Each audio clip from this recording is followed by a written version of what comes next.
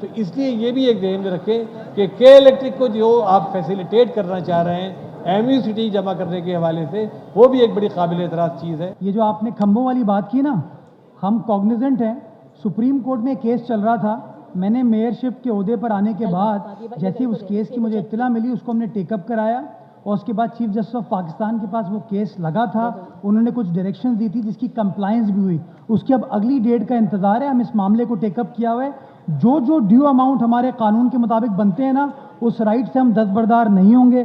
باقی جو آپ نے بتایا نا، جو اس کی فی ہے، جو پرانا معاہدہ تھا ہمارا کسی پرائیویٹ کمپنی کے ساتھ، اس کے تحت 25% آپ کی آمدنی کا جو ہے نا اس کو دیا جا رہا تھا، اب صرف 7.5% دیا جائے گا۔ اس کے اوپر میں آپ کے ساتھ گفتگو کر کے آپ کو سیٹسفائی کروں گا۔ کنڈے کے الیکٹر والے خود لگاتے ہیں، لا الہ الا اللہ محمد رسول اللہ کلمہ پڑھ کے بات کر رہا ہوں کہ کنڈے خود چلاتے ہیں۔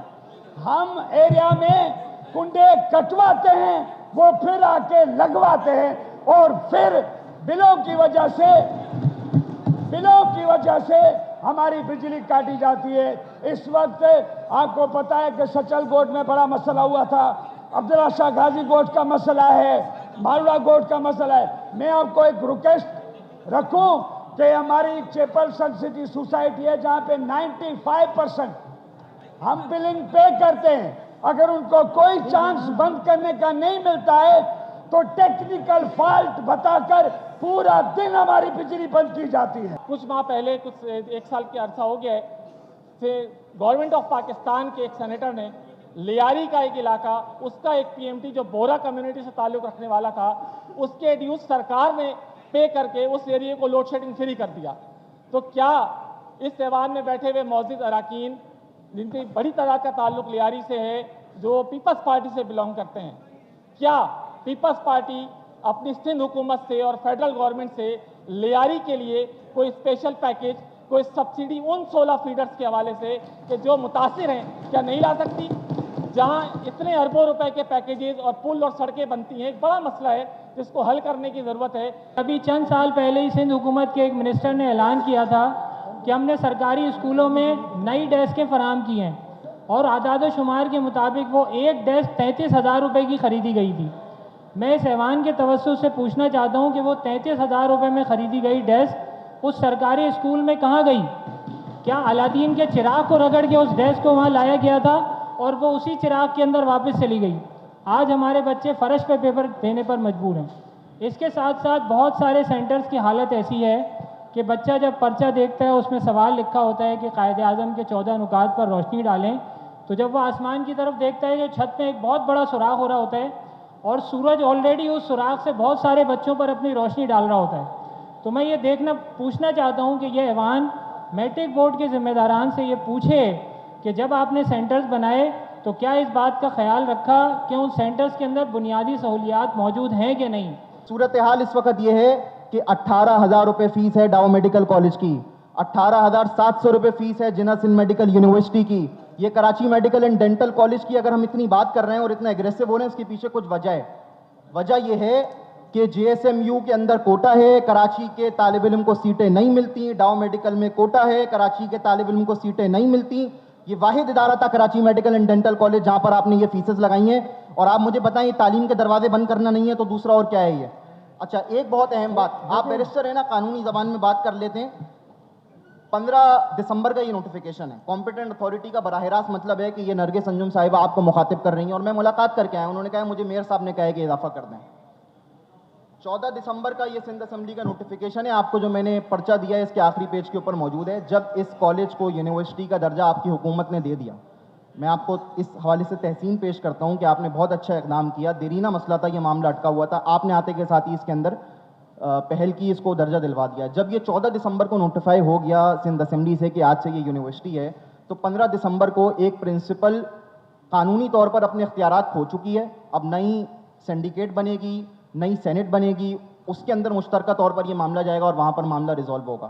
تو ایک تو اس کے بارے میں آپ جواب دیں کہ یہ جو کراچی کے طلبہ پر بالخصوص ایک ایسا محسوس ہو رہا ہے بظاہر کہ دشمنی کے ساتھ یہ تعلیم کے دروازے بند کیے گئے، اس پر۔ دوسرا، میٹرک کے حوالے سے بات آئی تھی، آج چھٹا پیپر تھا، آج بھی پیپر لیک ہوا ہے، روزانہ کی بنیاد پر پیپر لیک ہو رہا ہے۔ 1 گھنٹے پہلے، 2 گھنٹے پہلے، 2.5 گھنٹے پہلے پیپر لیک ہوتا ہے۔ یہ پوری صورتحال ہے، دفعہ 144 لگی ہوئے، پوری انتظامیہ آپ کی جو ہے وہ بیٹھی رہتی ہے وہاں پر. طالب علم کے اوپر ظلم ہو سکتا ہے، اس سے موبائل چھینا جاتا ہے، اس کا موبائل ضبط کیا جاتا ہے، بالکل کریں، لیکن یہ جو اساتذہ کی صورت کے اندر یا انتظامیہ کی صورت کے اندر کالی بھیڑیں نظام تعلیم میں داخل ہو گئی ہیں، ان کا جواب کون دے گا؟ غالباً کوئی 14 اراکین پر مشتمل وہ کمیٹی ہے. اس کمیٹی کے سامنے یہ معاملہ آیا اور معاملہ یہ تھا کہ اس وقت 50,000 روپے فیس تھی KMDC سے ایک طلبہ کی، اور اس بچے کو جب وہ 4 سال پڑھنے کے بعد گریجویٹ کر جاتا تھا، اس کا پہلا امپلائر بھی KMC خود ہوتا تھا. باقی شہید اسپتال میں ان کو ہاؤس جاب ملتی تھی اور 50,000 روپے ملتے تھے. یعنی کہ 4 سال میں جو پیسے KMC کو دیتا تھا وہ 4 سال کی جگہ 4 مہینے میں KMC اس کو واپس کر دیتی تھی. نتیجہ یہ تھا، جو لوگ لسانیت کا کارڈ کھیلتے ہیں، تعصب کا کارڈ کھیلتے ہیں، ہمیشہ نگیٹیوٹی کی بات کرتے ہیں، وہ یہ چیز نہیں سوچتے کہ اگر آپ ادارے کو لاس میں چلاؤ گے، اگر آپ کے پاس وسائل نہیں ہوں گے ادارے کو چلانے کے، اور آخر میں وہ ادارہ بند ہو جائے گا، تو نقصان کس کا ہوگا؟ اسی شہر کراچی کے بچیوں کا ہوگا، جو کہ میں نہیں چاہتا. دوسری بات میں یہ کرنا چاہوں گا کہ آپ کو پتہ ہونا چاہیے کہ اس وقت موجودہ حالات میں جب میں نے اس سسٹم کو انہیریٹ کیا تو 1,100 ملین روپے یعنی کہ 1.1 ارب روپے خرچہ تھا KMDC کا سالانہ. آمدنی KMDC کی جو تھی وہ تقریباً کوئی 450 سے 450 ملین تھی. جو ان مشکل حالات میں جب آپ UC کے کونسل کے اراکین چیخ رہے ہیں کہ ہمارے پاس پیسے نہیں ہے ڈیولپمنٹ کے، ان مشکل حالات میں یہ بلدیہ عظمیٰ کراچی 420 ملین روپے گرانٹ دیتی ہے تاکہ وہاں پہ تنخواہیں بھی جا سکیں اور وہ بچے سبسڈائز طریقے سے تعلیم حاصل کر سکیں. تو 420 ملین دینے کے بعد بھی ہر سال 300 ملین کا لاس ہوتا ہے، جس کی وجہ سے وہ ادارہ سسٹین نہیں کر سکتا. تو میرے پاس بحیثیت میئر 2 فیصلے تھے، یا تو میں ادارے کو لاس پر چلنے دوں تاکہ 2-3 سال بعد یہ ادارہ ڈوب جائے اور میرے شہر کے بچیاں 250 بچیاں جو تعلیم حاصل کرتے ہیں، جو کہ گریجویٹ ڈاکٹرز بنتے ہیں، ڈینٹسٹ ہوتے ہیں، ان کے لیے وہ انتظامیہ ختم ہو جائے. میں نے فیصلہ کیا نہیں، میں مشکل فیصلہ کروں گا. میں وہ فیصلہ کروں گا جو کہ لانگ رن میں کراچی کے بچیوں کا مستقبل کو پروٹیکٹ کرے گی. اور اس لیے اس فیس کو بڑھانے کا فیصلہ نہ مرتضیٰ وہاب نے کیا، نہ سلمان مراد نے کیا. قانون کے مطابق اس کمپیٹنٹ اتھارٹی جو کہ گورننگ باڈی ہے KMDC کی، اس نے فیصلہ کیا.